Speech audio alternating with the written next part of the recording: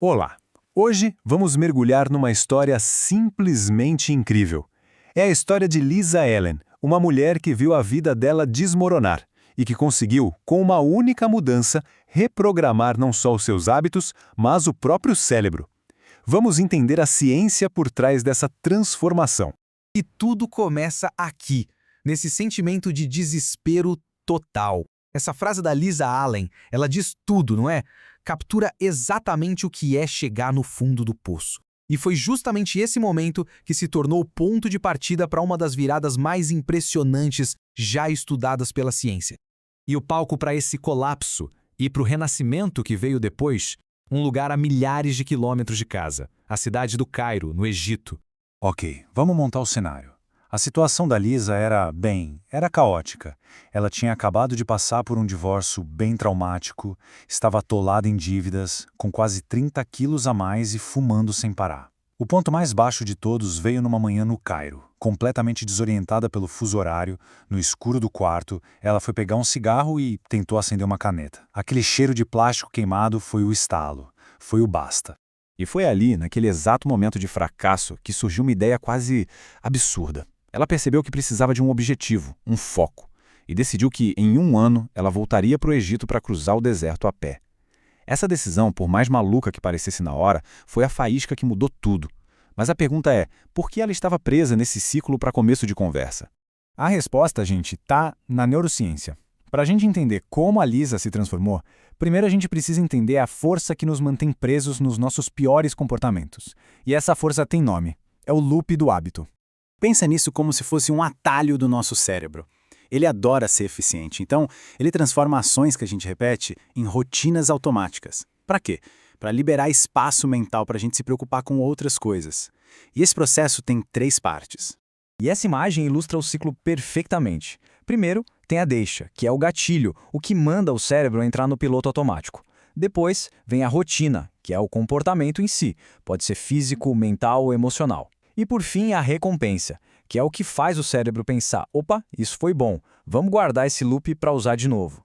E conforme a gente repete isso, a deixa e a recompensa ficam tão conectadas que o cérebro começa a sentir o desejo, a antecipar a recompensa antes mesmo da rotina começar. É esse anseio, esse desejo, que torna os hábitos tão difíceis de quebrar. Tá, então como a Lisa conseguiu escapar dessa prisão neurológica? A resposta está numa técnica que os pesquisadores chamam, de forma bem apropriada, de a regra de ouro. Para sobreviver a uma caminhada no deserto, ela sabia que precisava de pulmões fortes. Então o foco dela foi em um único hábito para começar, o cigarro. Mas ela não tentou só parar na força bruta. Ela tomou a decisão consciente de substituir a rotina de fumar por outra coisa. E aqui está o pulo do gato. A regra é a seguinte: em vez de lutar contra o desejo, a gente o redireciona.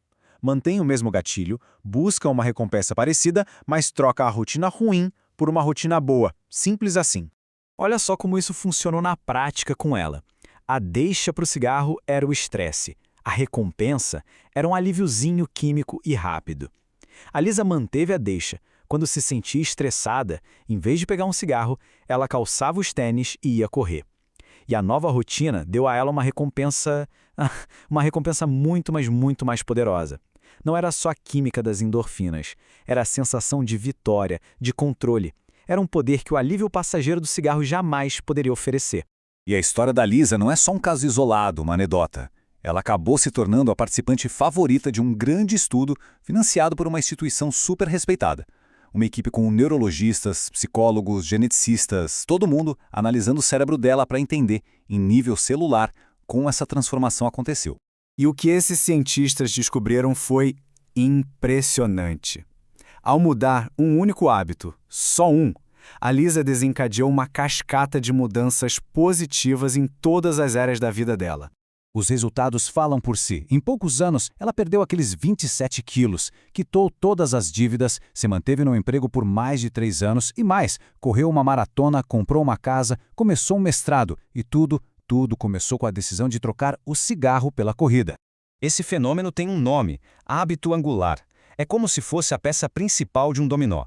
Quando a gente muda esse hábito, ele derruba uma série de outros hábitos ruins e começa a construir novos, quase que automaticamente. Para Lisa, o exercício foi o hábito angular dela. E esse princípio funciona em qualquer escala. não é só para indivíduos. Veja o caso da Alcoa, uma gigante do alumínio. O novo CEO, Paul O'Neill, transformou a empresa inteira focando em um único hábito angular, a segurança do trabalhador. Essa única mudança radical melhorou a comunicação, a eficiência e, no fim das contas, a lucratividade de toda a companhia. A jornada da Lisa foi tão reveladora que os próprios pesquisadores disseram para ela que os exames do cérebro dela estavam, literalmente, mapeando o caminho de como uma decisão consciente vira um comportamento automático. E aqui está a prova física, preto no branco. As imagens do cérebro da Lisa mostraram que, sim, os velhos impulsos para fumar ou para comer mal ainda estavam lá, só que novos caminhos neurais associados à disciplina tinham se tornado muito mais fortes. Eles estavam vencendo a batalha. Ela, de fato, reescreveu o próprio cérebro. A história da Lisa e a ciência por trás dela nos leva a uma conclusão muito poderosa e, acima de tudo, libertadora. A grande lição aqui é que os nossos hábitos, no fundo, são escolhas. Escolhas que um dia a gente fez e que continuamos fazendo todos os dias. E se são escolhas, eles podem ser mudados. A neurociência prova que temos o poder de reescrever esses padrões.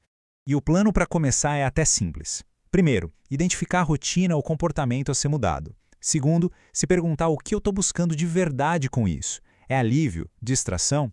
E terceiro, quando o gatilho a deixa aparecer, escolher conscientemente a nova rotina, aquela que vai entregar uma recompensa ainda melhor. E para a gente terminar, fica a reflexão. Qual poderia ser aquele único hábito angular que, se fosse mudado, teria o poder de começar uma reação em cadeia positiva e transformar tudo ao redor? A história da Lisa Allen prova que essa mudança não só é possível, como está ao nosso alcance.